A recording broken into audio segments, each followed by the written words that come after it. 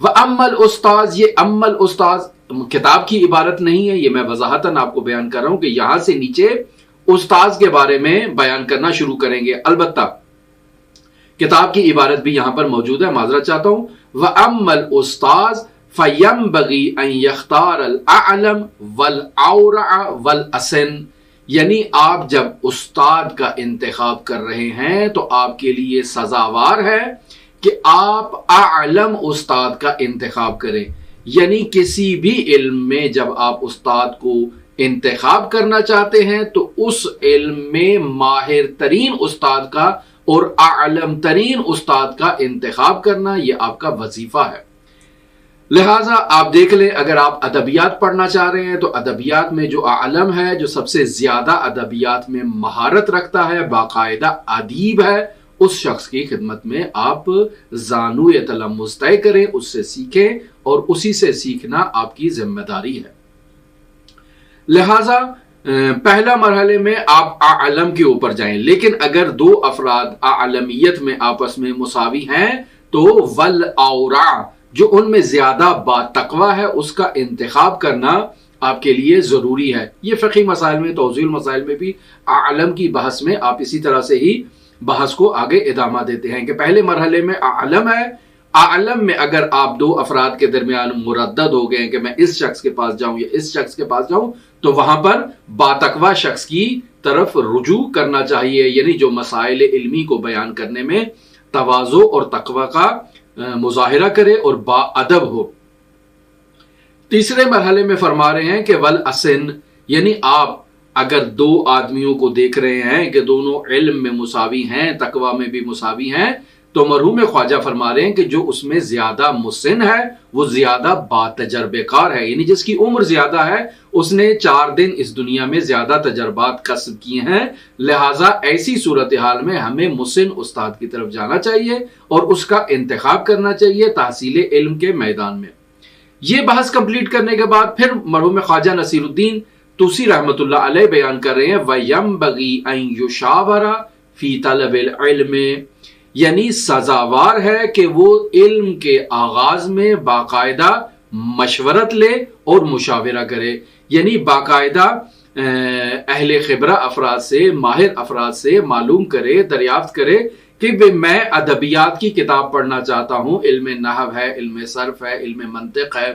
میں رجال کی کتاب پڑھنا چاہتا ہوں، درایت کی کتاب پڑھنا چاہتا ہوں، آپ مجھے بتائیں کہ پہلے مرحلے میں کتاب کون سی بہتر رہے گی، اس میں استاد کون سا میرے لیے بہتر رہے گا، مفید رہے گا، جو مجھے اچھی طرح سے گائیڈ کرے، پھر اصلاً آپ مجھے بتائیں کہ مجھے کون سا علم انتخاب کرنا چاہیے۔ میں آج مدرسہ علمیہ میں داخل ہوا ہوں، یونیورسٹی میں داخل ہوا ہوں، میرے پہلی سٹیج پہ مجھے کون سی چیز پڑھنی چاہیے؟ تو معمولاً مدارس علمیہ کا باقاعدہ ایک نظم و نسق ہوتا ہے، اس میں باقاعدہ پہلے سے چیز معین شدہ ہوتی ہے کہ اس طالب علم نے پہلی سطح میں کیا پڑھنا ہے۔ لیکن یہ بات کرنا چاہ رہے ہیں حوزہ علمیہ سے متعلق کہ جہاں پر باقاعدہ ایک طالب علم داخل ہوتا ہے، خود استاد کا انتخاب کرتا ہے، خود متن کا انتخاب کرتا ہے اور خود موضوع کا انتخاب کرتا ہے، باقاعدہ کسی نظام کے تحت نہیں ہوتا۔ یہاں پر اگر خود شخص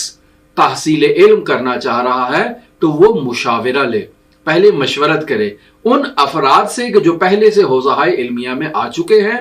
تحصیل علم کے میدان میں انہوں نے اپنی خدمات انجام دی ہیں، پڑھے ہیں، پڑھائے ہیں، ان سے مشورہ کرے کہ بھی میں آج حوزہ علمیہ میں آیا ہوں، مجھے 5 سال یا 10 سال یہاں پر حوزہ علمیہ میں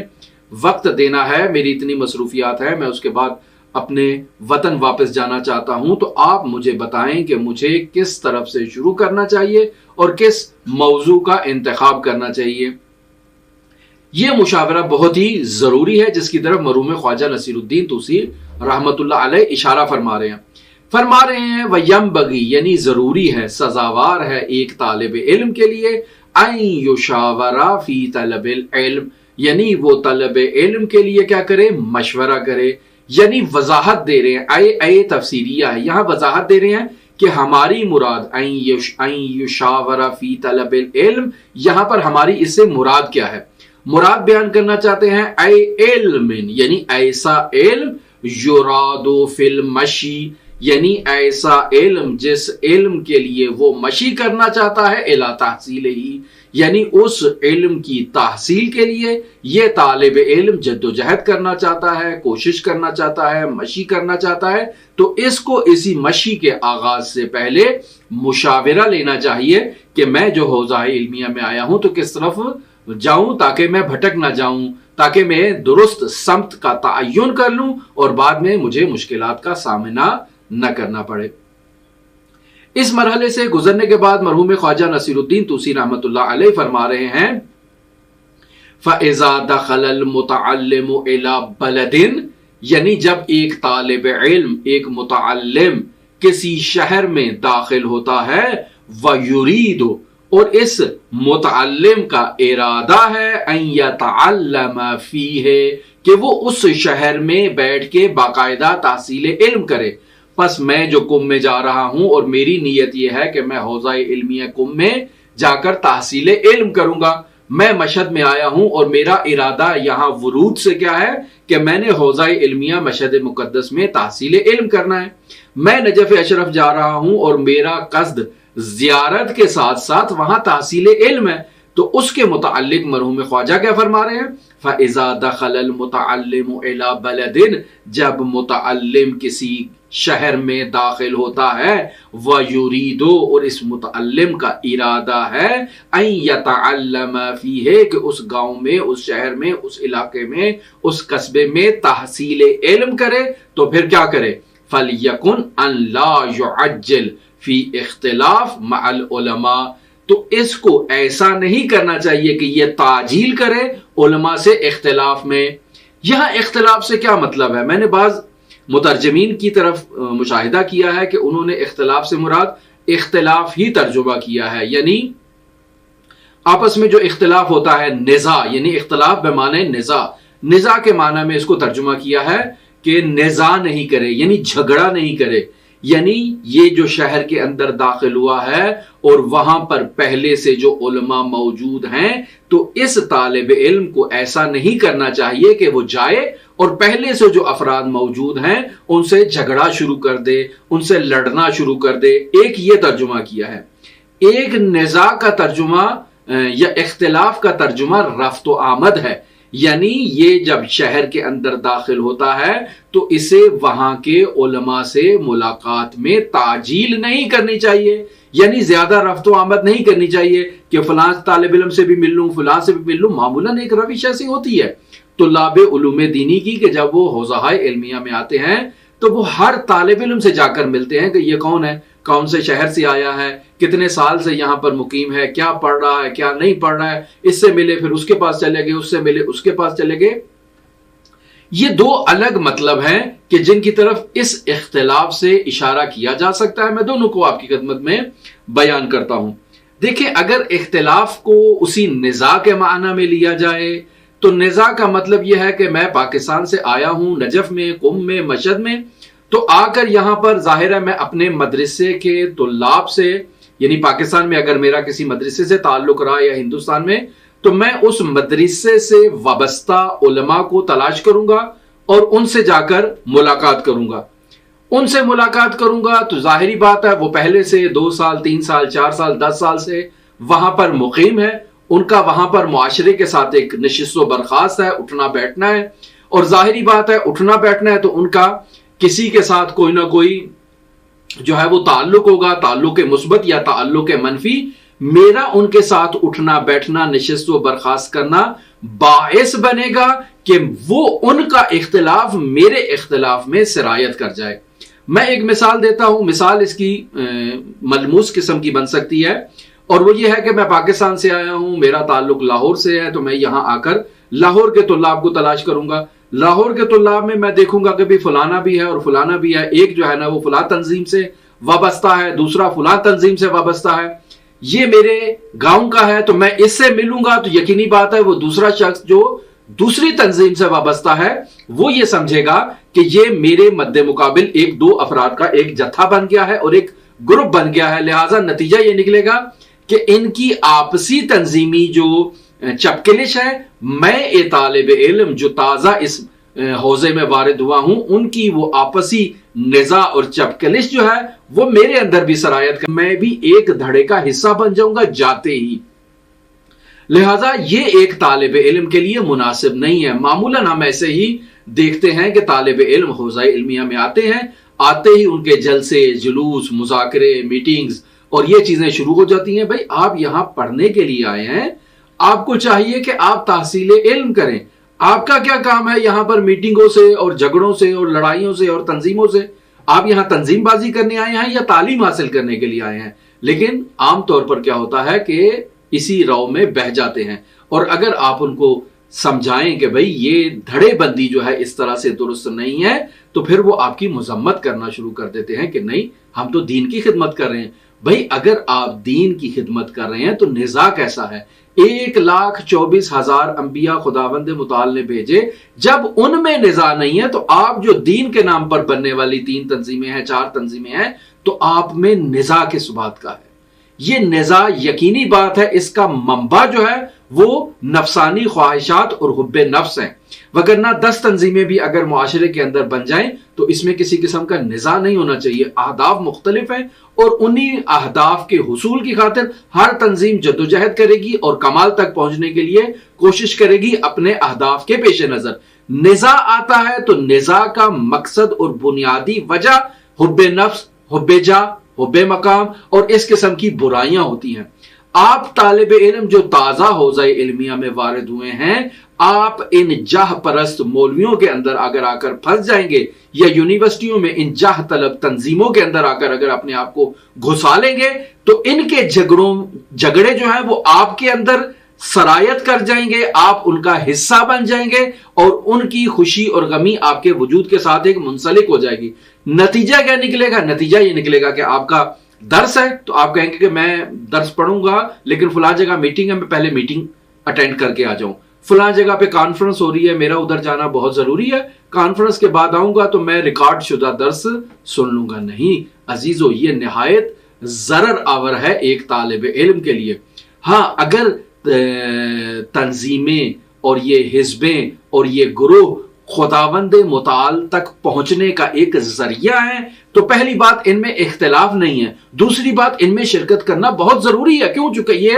وسیلہ بن رہے ہیں میرا قرب پروردگار کا اور مجھے خداوند متعال تک پہنچائیں گے۔ لیکن اگر یہ تنظیمیں ان اختلافات میں گھری ہوئی ہیں تو اس کا مطلب ہے ان تنظیموں کے جو اراکین ہیں وہ حب جاہ کا شکار ہیں، وہ حب مال کا شکار ہے، حب منصب کا شکار ہے۔ یہ جو حب والی چیزیں ہیں نا، یہ انسان کے لیے ضرر آور ہیں اور طالب علم کو ان سے اجتناب کرنا چاہیے، یہ اس کے لیے زہر قاتل کی حیثیت رکھتی ہیں۔ تو ایک طالب علم کو اپنے علمی مقام اور علمی ارتقاء کے لیے کوشش یہ کرنی چاہیے کہ وہ اس اختلاف سے پرہیز کرے۔ ہمارے ہاں ایک حوزہ علمیہ میں اختلاف عقیدتی اختلاف بھی ہوتا ہے کہ فلان جو ہے وہ غالی ہے، فلان جو ہے وہ مقصر ہے، لہٰذا غالیوں کی ذمہ داری ہوتی ہے کہ وہ حوزہ علمیہ میں آئیں اور مقصروں کو جو ہے وہ نیچا دکھانے کے لیے ایسی علمی کاوش کریں جس سے مقصر جو ہے نا وہ ان کی ناک رگڑی جائے زمین پر، اور مقصروں کی یہ کوشش ہوتی ہے کہ وہ غالیوں کو جو ہے نا وہ ان کے کفر کو ثابت کرنے کے لیے اور ان کے خلاف جو ہے نا وہ تغدو کرنے کے لیے جو ہے نا وہ اپنا ٹائم لگاتے ہیں، جبکہ یہ دونوں طائفے ایسے ہیں کہ جن کے لیے حضرت سید الاوصیاء امیر المؤمنین علی ابن ابی طالب نے ان دونوں طائفوں کی مذمت کی ہے۔ ہمیں کیا لگے اس سے کہ ہم آئیں اور غالیوں کو محکوم کرنا شروع کر دیں یا مقصروں کو محکوم کرنا شروع کر دیں؟ ہمارا طالب علم کا وظیفہ ہے کہ ہم تحصیل علم کریں حوزہ علمیہ میں، جو ہمیں جس غرض سے اور جس مقصد سے ہم آئے ہیں اس مقصد کو پورا کریں۔ اگر کوئی غالی ہے یا کوئی مقصر ہے تو اس غالی اور مقصر کی تکثیر اور غلو سے روکنے کی ذمہ داری حوزہ علمیہ میں موجود بزرگ علماء کی ہے، مرجعیت عظماء کی ہے، فقہاء کی ہے۔ وہ انہیں ارشاد کریں، انہیں نصیحت کریں، انہیں امر بالمعروف کریں اور اس کام کے لیے باقاعدہ وہ فاضل علماء کا سہارا لیں، وہ یہ کام کریں۔ ان کی ذمہ داری ہے کہ اگر یہ ارشاد سے ہدایت نہیں پاتے تو وہ ان کو حوزہ علمیہ سے اخراج کریں۔ میں کون ہوتا ہوں کہ میں ابھی تازہ جمعہ 8 دن نہیں ہوئے مدرسے میں آئے اور میں ایک حزب اور ایک دھڑے کا حصہ بنوں اور آ کر میں ایک ایسا محاذ شروع کر دوں کہ جو درست نہ ہو۔ پس اختلاف اگر بے معنی نزاع ہو تو وہ نزاع اس کیفیت میں ہمیں حوزہ علمیہ میں نظر آتا ہے۔ دوسرا اختلاف کا معنی ہے رفت و آمد کرنا۔ میں سمجھتا ہوں مرحوم خواجہ نصیر الدین طوسی رحمۃ اللہ علیہ اس پہلے اختلاف کی طرف اشارہ نہیں کر رہے ہیں، بلکہ اس رفت و آمد کی طرف اشارہ کرنا چاہ رہے ہیں۔ رفت و آمد سے متعلق ایک وہ حدیث بھی معروف ہے کہ جس کا ترجمہ بھی اسی طرح علماء نے دو معانی میں کیا ہے کہ رسول خدا صلی اللہ علیہ وآلہ وسلم ارشاد فرماتے ہیں کہ اختلاف امتی رحمہ، میری امت کے درمیان اگر اختلاف ہوگا تو یہ اختلاف رحمت کا باعث ہے۔ بعض لوگ اسی حدیث کو کوٹ کر کے امیر المؤمنین علی ابن ابی طالب علیہ آلاف و تحیت و ثنا کی ولایت، خلافت اور امامت بلا فصل کے بارے میں اس حدیث کو کوٹ کر دیتے ہیں کہ اگر مسلمانوں میں رسول خدا صلی اللہ علیہ وآلہ وسلم کے بعد امت کی جانشینی کے اوپر اختلاف ہو گیا تو کیا ہوا؟ یہ اختلاف رسول خدا صلی اللہ علیہ وآلہ وسلم نے فرمایا ہے کہ رحمت ہے۔ نہیں عزیزان، ہرگز یہ حدیث کا مطلب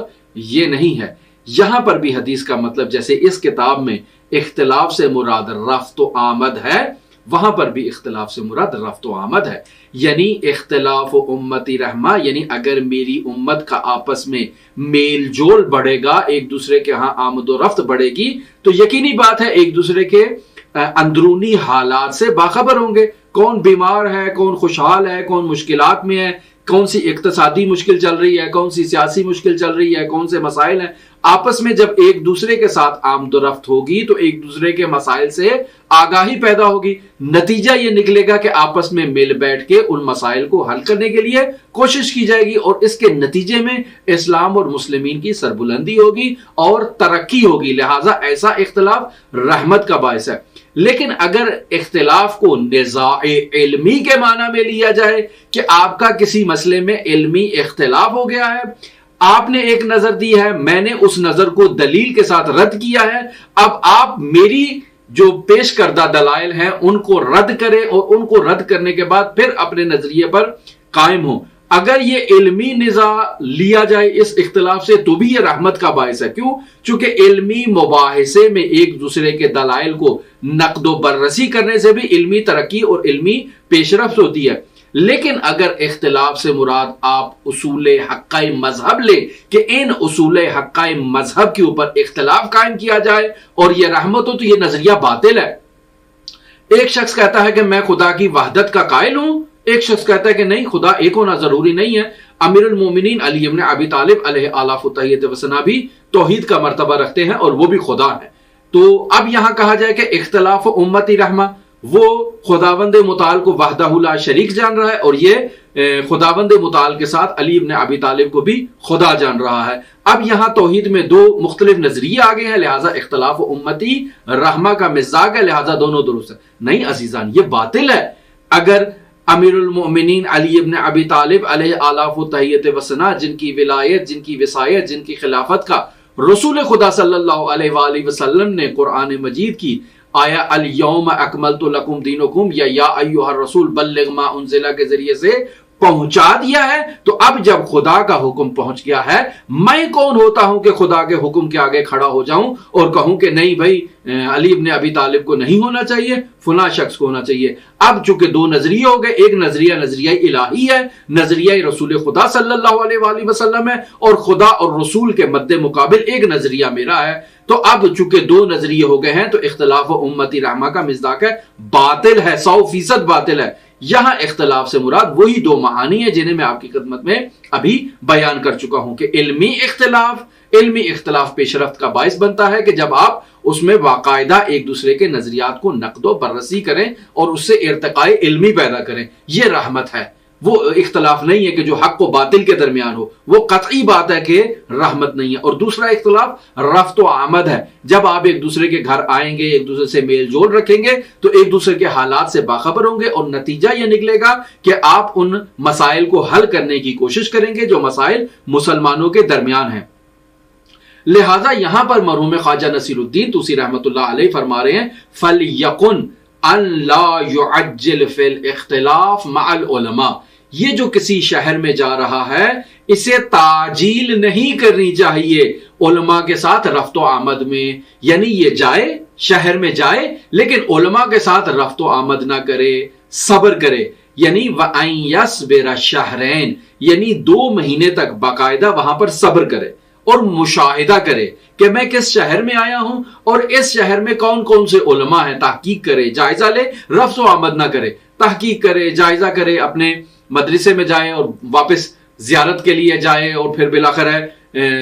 وہاں پر مشاہدہ کرے کہ کون کون علماء ہیں، مباحثہ کرے ہیں، بالخصوص حوزہ علمیہ قم میں کہ تمام علماء باقاعدہ حرم حضرت معصومہ سلام اللہ علیہا میں باقاعدہ مباحثہ کرتے ہیں، گفتگو کرتے ہیں، علمی ترقی کے لیے، پیش رفت کے لیے، یا مختلف علماء درس دے رہے ہیں، یہ جا کر دیکھے کہ کس کس کا درس ہو رہا ہے، کیا کیا درس ہو رہا ہے، کیا کیا بحث ہو رہی ہے، تو اس میں جا کر یہ چیک کرے، ٹیسٹ کرے کہ ہو کیا رہا ہے۔ معمولاً حوزہائے علمیہ میں قم میں بھی ایسا ہوگا، مشہد میں بھی ایسا ہے، نجف میں بھی انشاءاللہ ایسا ہوگا کہ سال تحصیلی کے آغاز میں باقاعدہ ایک فہرست لگ جاتی ہے تمام دروس کی کہ فلاں استاد فلاں جگہ پر فلاں وقت میں فلاں کتاب پڑھا رہا ہے۔ اب انسان نے اگر کوئی علم حاصل کرنا ہے تو اس علم سے متعلق 3 یا 4 اساتید کا انتخاب کر لے جن کے ٹائم متفاوت ہو، سب کے دروس میں جا کر دیکھے کہ کس استاد کا درس مجھے زیادہ سمجھ میں آ رہا ہے۔ یہ ابھی اس مرحلے پر ہے کہ جا کر باقاعدہ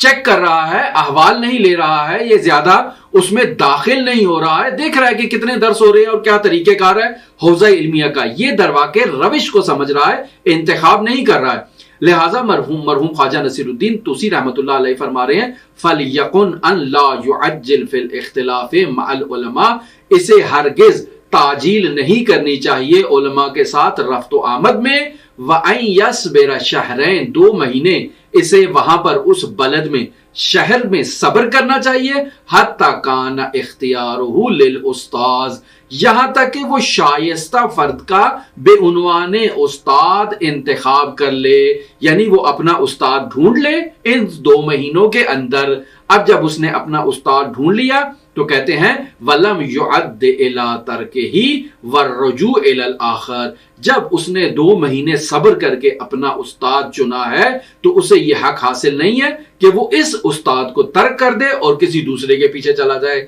یعنی 2 مہینے محنت کرنے کے بعد ایک استاد ملا، اس سے 4 دن درس پڑھا، پھر کہا نہیں یار یہ تو مزہ نہیں آ رہا ہے، ابھی مجھے دوسرا استاد چاہیے، پھر دوسرے کے پیچھے چلا جائے، پھر دوسرے کے پاس 2 مہینے پڑھے اور پھر اس کے بعد تیسرے اور پھر چوتھے، یعنی بار بار استاد تبدیل کرنا یہ ایک طالب علم کے لیے مبارک شگن نہیں ہے، اور وہ اپنی تحصیل علم میں کبھی کامیاب نہیں ہو سکتا جو اس طرح سے استاد تبدیل کرتا ہے۔ میں آپ کی خدمت میں نقل کرتا ہوں مرحوم آیت اللہ حسن زادے آمولی سے متعلق۔ مرحوم آیت اللہ حسن زادے آمولی فرماتے ہیں کہ ہمارے رفقا نے مل کر فیصلہ کیا کہ ہم ایک فلاں کتاب جو ہے وہ فلاں استاد کے پاس پڑھیں گے۔ تمام رفقا کا فیصلہ تھا، ہم بھی اس میں شامل ہو گئے، کتاب شروع ہو گئی۔ جب کتاب شروع کی، کچھ درس ہم نے پڑھے تو معلوم ہوا کہ یہ استاد جس سے ہم اس کتاب کو پڑھ رہے ہیں یہ اس کتاب کی تدریس کے قابل نہیں ہے، ہمیں اس سے کوئی فائدہ نہیں ہے۔ تمام رفقا آہستہ آہستہ آہستہ استاد سے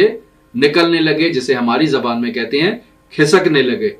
اور پھر تنہا میں رہ گیا اور وہ استاد بزرگوار باقی رہ گئے۔ تمام اور رفقائے کار جو ہیں وہ چھوڑ کر چلے گئے۔ میں نے اس استاد کے پاس اس کتاب کو مکمل پڑھا، باوجود اس کے کہ مجھے اس کتاب کو اس استاد کے پاس پڑھنے کا کوئی فائدہ نہیں حاصل ہو رہا تھا، صرف اس لیے کہ استاد کے مقام کا احترام باقی رہے۔ اور آج جو آپ میرے اندر یہ تمام خصوصیات دیکھ رہے ہیں کہ اتنے علوم میں مہارت ہوئی ہے، اس کی وجہ وہی ہے کہ میں نے استاد کا احترام کیا اور اس احترام کی خاطر اس کتاب کو مکمل پڑھا۔ لہٰذا یہاں پر مرحوم خواجہ نصیر الدین طوسی رحمت اللہ علیہ فرما رہے ہیں کہ فَلْيَقُنْ لَا يُعَجِّلْ فِي الْاِخْتِلَافِ مَعَ الْعُلَمَاء، علماء کے ساتھ زیادہ رفت و آمد نہ کرے، زیادہ گٹھ جوڑ نہ کرنا شروع کر دے، زیادہ میل جول نہ شروع کرے، دھڑے بندیوں میں شامل نہ ہو۔ وَأَن يَصْبِرَ شَهْرَيْن، استاد کے انتخاب سے پہلے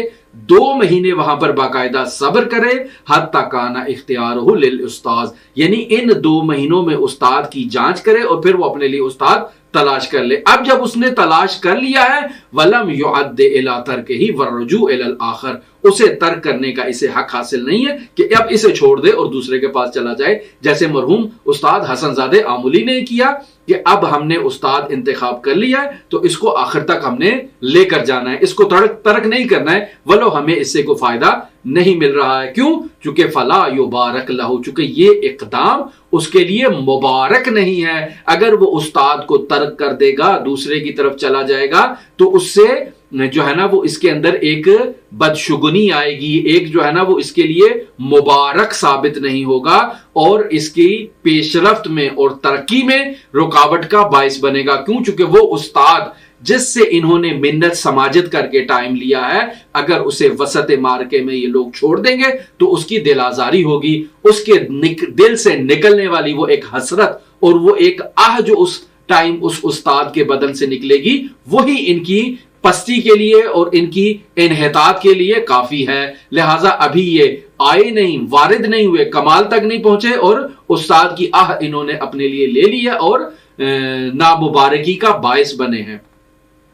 لہٰذا مرحوم خواجہ نصیر الدین آگے عبارت میں یہ فرما رہے ہیں فَيَنبَغِي أَن يَثْبُتَ وَيَصْبِرَ عَلَى الْأُسْتَاذِ، یعنی سزاوار یہ ہے کہ یہ طالب علم جس نے 2 ماہ محنت کرنے کے بعد استاد کو تلاش کیا ہے، یہ یثبت، یہ ثابت قدم رہے، وَيَصْبِرَ عَلَى الْأُسْتَاذِ وَالْكِتَابِ، یہ استاد پر بھی ثابت قدم رہے اور کتاب پر بھی ثابت قدم رہے کہ میں نے یہی کتاب پڑھنی ہے اور اسی استاد کے پاس پڑھنی ہے، اب چاہے اسے پڑھانا آتی ہے یا پڑھانا نہیں آتی ہے، مجھے اس سے پڑھنا ہے اور اسی کے پاس اس کتاب کو ختم کرنا ہے۔ ہاں اگر کوئی نقص رہ گیا، کوئی کمی رہ گئی، اس کو میں اپنے مباحثے میں جبران کروں یا بعد میں کسی اور استاد سے استفادہ کر لوں، لیکن اس کو مجھے قائم رکھنا ہے۔ یہ ہے مرحوم خواجہ نصیر الدین طوسی رحمۃ اللہ علیہ اور استاد حسن زادہ آملی کی تعلیمات۔ فَيَنبَغِي أَن يَثْبُتَ، سزاوار ہے کہ یہ ثابت قدم رہے، عَلَى الْأُسْتَاذِ، یعنی استاد پر بھی، وَالْكِتاب،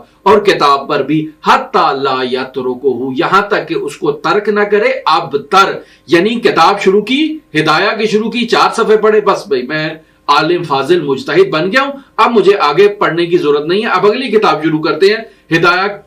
یہی نیمے تمام چھوڑ دی، سمدیہ شروع کر دی، سمدیہ نیمے تمام شروع کر دی، سیوطی شروع کر دی، پھر سیوطی نیمے تمام چھوڑ دی اور چلے گئے مغنی کی طرف، اور اسی طرح آگے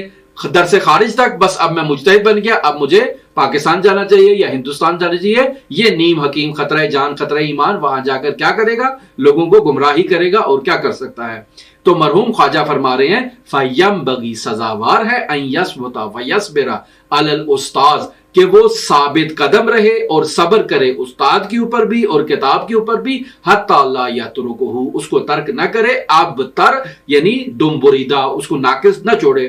وَعَلَى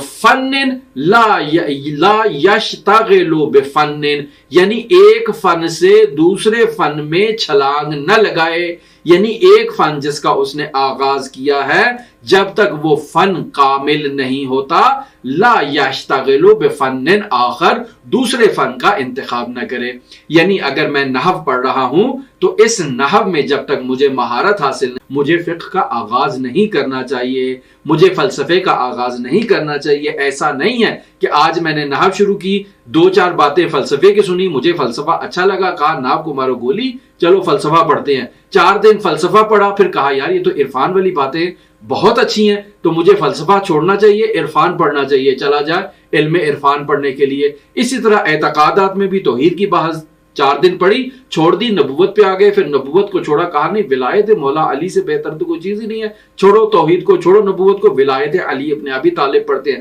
4 دن ولایت کو بھی پڑھا، وہاں پر بھی جوش آ گیا، پھر کہا نہیں ولایت سے تو زیادہ ضرورت ولایت فقیہ کی ہے، ولایت فقیہ کو پڑھتے ہیں۔ ولایت علی ابن ابی طالب جب امام ظہور کریں گے تب سے متعلق ہے، آج ہمیں ولایت فقیہ پڑھنا ہے، یہی ہمارے لیے اوجب ہے، لہٰذا اس طرح سے دم بریدہ سارے کاموں کو کرے نہیں، اسے کسی چیز کی بھی سمجھ نہیں آئے گی اور یہ کہیں بھی کامیاب اور موفق نہیں ہوگا۔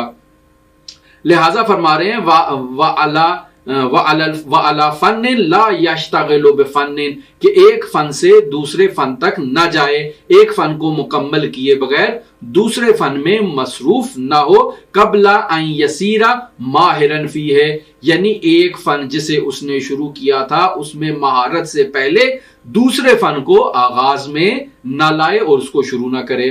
پھر فرما رہے ہیں وَعَلَى بَلَدٍ یعنی یہ والی بھی واو عاطفہ ہے اور وہ پہلے والی بھی واو عاطفہ ہے، اور عبارت جا کر اس طرح سے بنے گی فَيَنْبَغِي أَن يَثْبُتَ عَلَى فَنٍ فَيَنْبَغِي أَن يَثْبُتَ عَلَى بَلَدٍ یعنی سزاوار ہے کہ یہ طالب علم ثابت قدم رہے ایک فن کے اوپر، وَلَا يَشْتَغِلُ بِفَنٍ آخر قبل ان یسیر ماہرن فی ہے اور دوسرے فن کا آغاز نہ کرے جب تک اس میں ماہر نہ ہو جائے۔ یہ واو بھی دوسرے والی بھی عاطفہ ہے اور عبارت اس کی بھی اس طرح سے بنے گی فَيَنْبَغِي أَن يَثْبُتَ عَلَى بَلَدٍ سزاوار ہے کہ یہ طالب علم اس بلد کے اوپر، اس شہر کے اوپر ثابت قدم رہے حَتَّى لَا يَنْقُلَ إِلَى بَلَدٍ آخر مِنْ غَيْرِ ضَرُورَةٍ یعنی جس شہر میں تحصیل علم کے لیے آیا ہے وہاں پر یہ ثابت قدم رہے اور وہاں سے منتقل نہ ہو دوسرے شہر کی طرف بغیر کسی ضرورت کے۔ اور یہاں عزیزان یہ مطلب نہایت اہمیت رکھتا ہے مرحوم خواجہ نصیر الدین طوسی رحمۃ اللہ علیہ کی عبارت میں۔ مرحوم خواجہ نصیر الدین طوسی رحمۃ اللہ علیہ یہ بیان کرنا چاہ رہے ہیں کہ آپ قم کے طالب علم ہیں، آپ کو مشہد نہیں جانا چاہیے، آپ کو نجف اشرف نہیں جانا چاہیے، قم میں بیٹھیں کیونکہ آپ نے قم کا انتخاب بعنوان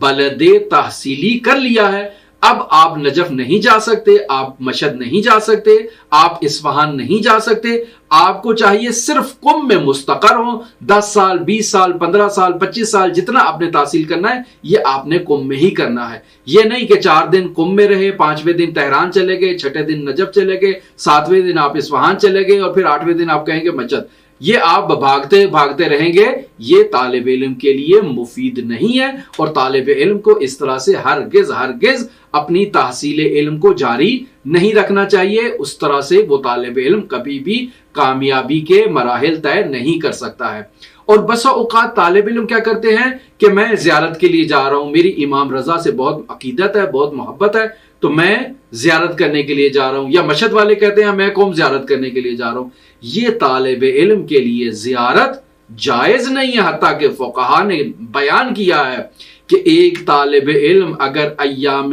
تحصیلی میں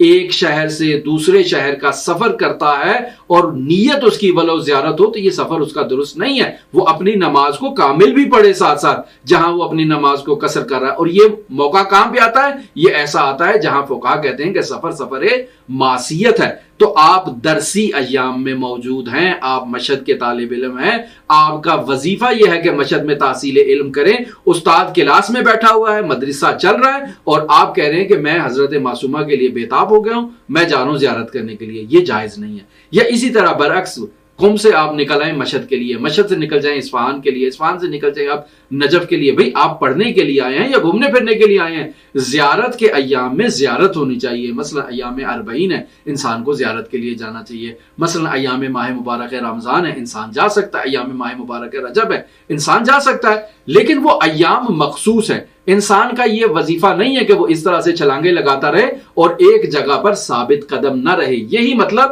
مرحوم خواجہ فرما رہے ہیں فَيَنْبَغِي یعنی سزاوار ہے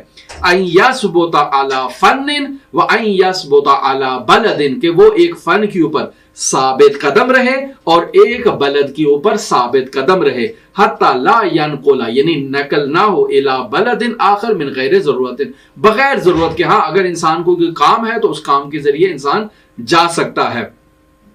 مرحوم خواجہ نصیر الدین طوسی رحمۃ اللہ علیہ یہاں باقاعدہ اس کام کی دلیل بیان کر رہے ہیں کہ میں نے یہ جو آپ کو بیان کیا ہے اس کی وجہ کیا ہے، کیوں طالب علم ایک فن کے اوپر ثابت قدم رہے اور پھر اس کے بعد ایک شہر میں پائیدار رہے اور بار بار ایک شہر سے دوسرے شہر میں نہ جائے، ایک مدرسے سے دوسرے مدرسے میں نہ جائے۔ ہمارے ہاں یہ بھی بہت مصیبت ہے کہ بھئی آج اس مدرسے میں، 6 مہینے بعد چھلانگ لگائی دوسرے مدرسے میں، پھر 6 مہینے بعد چھلانگ لگائی تیسرے مدرسے میں، کبھی لاہور ہوتا ہے تو کبھی کراچی ہوتا ہے تو کبھی سندھ ہوتا ہے تو کبھی پشاور ہوتا ہے۔ اس طالب علم کو مدرسہ ہی پسند نہیں آ رہا ہے اپنی اس طول تحصیل میں، اور پھر چلا جاتا ہے عراق میں، اور پھر عراق سے کبھی اصفہان، کبھی ادھر سامرہ چلا جاتا ہے، کبھی بغداد میں کہتا ہے میں نے پڑھنا ہے، کبھی نجف میں پڑھنا ہے، کبھی کہتا ہے کہ میں نے امام حسین کے پاس جا کے کربلا میں پڑھنا ہے۔ تو عزیزان، طالب علمی کی یہ شرائط نہیں ہے اور یہ آداب نہیں ہے۔ دلیل کیا ہے؟ فَإِنَّ ذَلِكَ كُلَّهُ يُفَرِّقُ الْأُمُورَ، یعنی آپ ایک شہر سے دوسرے شہر جو چھلانگ لگا رہے ہیں اور بغیر کسی مشاورے کے، بغیر کسی استاد مربی کے، کسی کی ہدایت کے بغیر آپ اسی طرح سے چھلانگے لگاتے پھر رہے ہیں، ایک کتاب چھوڑتے ہیں دوسری اٹھا لیتے ہیں، دوسری چھوڑتے ہیں تیسری اٹھا لیتے ہیں، ایک شہر سے دوسرے شہر چلے جاتے ہیں، دوسرے سے تیسرے چلے جاتے ہیں۔ فَإِنَّ ذَلِكَ كُلَّهُ، یہ تمام کی چیزیں جو اوپر مرحوم مصنف نے بیان کی ہیں، یہ تمام کے تمام چیزیں یفرق الامور المقربۃ الی التحصیل، یعنی تحصیل علم کے قریب کرنے والے جو معاملات ہیں ان سے یفرق یعنی دور کر دیتی ہے، یعنی طالب علم تحصیل علم کے نزدیک جانے کی بجائے بعید ہونا شروع ہو جاتا ہے۔ یعنی میں ابھی کلاس میں بیٹھا ہوں، مجھے کوئی بات سمجھ آ رہی تھی، میں کلاس کو چھوڑ کے چلا گیا ہوں زیارت کرنے کے لیے، تو ظاہری بات ہے جو بات مجھے سمجھ میں آ رہی تھی وہ اب مجھے دوبارہ نئے سرے سے جو ہے نا وہ مقدمات باندھنے پڑیں گے، حضور کرنا پڑے گا اور پھر بات کو سمجھنا پڑے گی۔ جب بات سمجھ آنا پڑے گی، شروع ہو جائے گی، تو پھر میں نئے سرے سے مسافرت پہ نکل جاؤں، یہ انسان کے لیے درست نہیں ہے۔ پھر مرحوم خواجہ نصیر الدین فرما رہے ہیں وَيَشْغَلُ الْقَلْبَ